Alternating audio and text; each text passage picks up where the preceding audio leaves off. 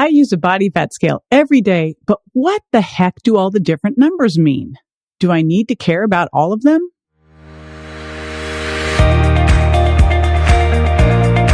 This is JJ Virgin, 4-time New York Times bestselling author, celebrity nutrition expert, and fitness Hall of Famer. I've been on a lifelong quest for answers to the toughest health questions. And now I'm sharing what I found with you. Welcome to Ask the Health Expert.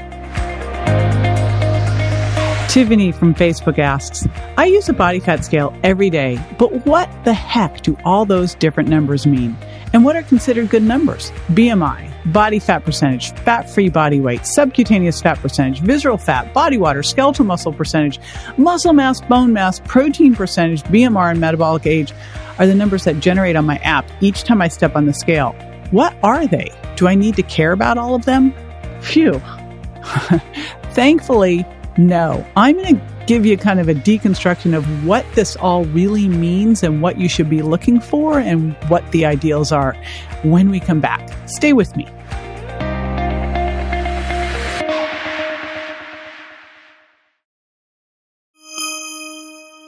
All right. I love body fat scales. In fact, fun fact, years ago when I was on the Dr. Phil weight loss challenges, I brought the Tanita body fat scale to the masses, because they were just doing weight. And, it's not what your weight is made up of. You've got to look at what's fat and what's fat-free mass. Just like what I say is, if you're losing weight and not losing your waist, you're making yourself worse, not better. Same here. If you're losing weight, but you're not losing fat, you're just losing muscle, we've got a problem. Or if you're TOFI, that thin outside, fat inside, that means that you're maintaining your weight through diet alone and not exercise, and you're actually a skinny fat. So this is a super important thing to look at, and I applaud you for having a body composition scale. So these body fat scales are based on water. And that's a really important fact to understand, because that means that if you are retaining water, you're actually going to look like you've got less body fat and more muscle. And if you're dehydrated, you'll look like you have more body fat and less muscle. So if you do something like take a bunch of diuretics, step on the scale the next day and it looks like you've lost weight, well, you might have lost weight, but you also probably are going to go down in your muscle mass. And then the converse is true too. So I like to use the scale every single day, and I tell people to get the emotion out of it. This is not like a mean friend. This is information, just like a continuous glucose monitor would be, just like an Oura Ring or an Apple Watch. It's giving you information, and it's really important because if you see your fluid fluctuating, one of the things we know in the Virgin diet, that if you eat a lot of high food intolerance foods, you can create more inflammation and hold on to fluid. So you really do want to be looking at this. And what you're looking at, the key numbers you want to look at are, you want to look at your total body water. This should, when you initially go on a program, like let's say you go on the Virgin diet, you may see your total body water dip down initially if you start to lower some carbs and get out some of that inflammation. That's not the type of fluid you want in your body. You want more water stored. Water is stored with glycogen in your muscles. So that's one of the things that's going to help raise your total body water, more muscle, more water. You don't want to have fluid from inflammation around. So you'll see it normalize after a couple of days and then start to track your total body water. And you want to see that gradually increasing. What you're going to get from your total body water is the machine is going to give you two things. And these are the two things that are really important to look at. Lean body mass or fat-free mass, and then fat mass. Basically, your body's made up of two things, right? Fat mass, and that's everything, or fat mass is just the fat, and then everything else is fat-free mass. What we're really looking for, of course, in fat-free mass is skeletal muscle. But ideally, if you see your fat-free mass going up, it's not your bone density doing it. It's your muscle going up. So what we really want to look at is, number one, your fat mass. And if they can tell you your visceral fat, that's the fat around your waist, that's a really important metric to monitor, because you want to make sure as you're losing weight that you're losing fat, and you're especially losing belly fat. That is why we want to make sure that you're both weighing in every day, looking at your body fat, your body composition as it trends. You might see one weird day up or down. Again, that could be just because maybe you're retaining water or maybe you had something that was more diuretic. You're looking for the trends there over time, for a couple days, not overnight. And then once a week doing your waist and hip measurements, because you want to make sure that as you lose weight, you lose waist, right? So next thing here is you asked, what is your BMI? So body fat percentages, let me give you that first.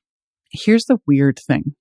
When I was in graduate school a load of years ago, actually this was in doctoral school. We were testing all these different types of ways to test your body fat, everything from underwater weighing to skin fold calipers to this type of a scale. And what I discovered, actually, we didn't even have this type of scale yet. We had DEXA, which is really the gold standard. We had underwater weighing, and then we had calipers.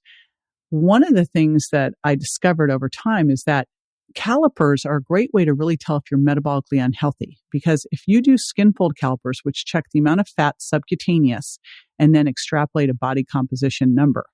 And if you find that you're lean in your skin fold calipers, but when you do either total body water through a scale, or you do underwater weighing, or you do a DEXA and you're much higher in body fat, that means you're more metabolically unhealthy. You've got more visceral fat. So something to think about here. But back when I was doing that and looking at all of this stuff, that's one of the things I realized is that calipers, as you become more metabolically unhealthy, really don't do well. The other thing's not great is your body mass index. This is the BMI is a person's weight in kilograms divided by the square of height in meters, which means we're still looking at your height and your weight to get your body mass index. And honestly, you've got to look at what your weight is made up of. That is why it's so important. So back when I was in doctoral school at SC, we were told that healthy women were 18 to 22% body fat. They could still be healthy up to 25% body fat. Once they hit about 30% body fat, they started to become more insulin resistant, 32%. Men, and an athletic woman would be somewhere in the 15 to 20% range. And women had 10 to 12% essential fat they need to have on their body to survive. Men, 3 to 5% essential fat. An athletic male would be somewhere in the 5 to 12% range. A healthy male would be somewhere in the 8 to 15% range. And when men got to be about 18 to 20%, they started to be metabolically unhealthy.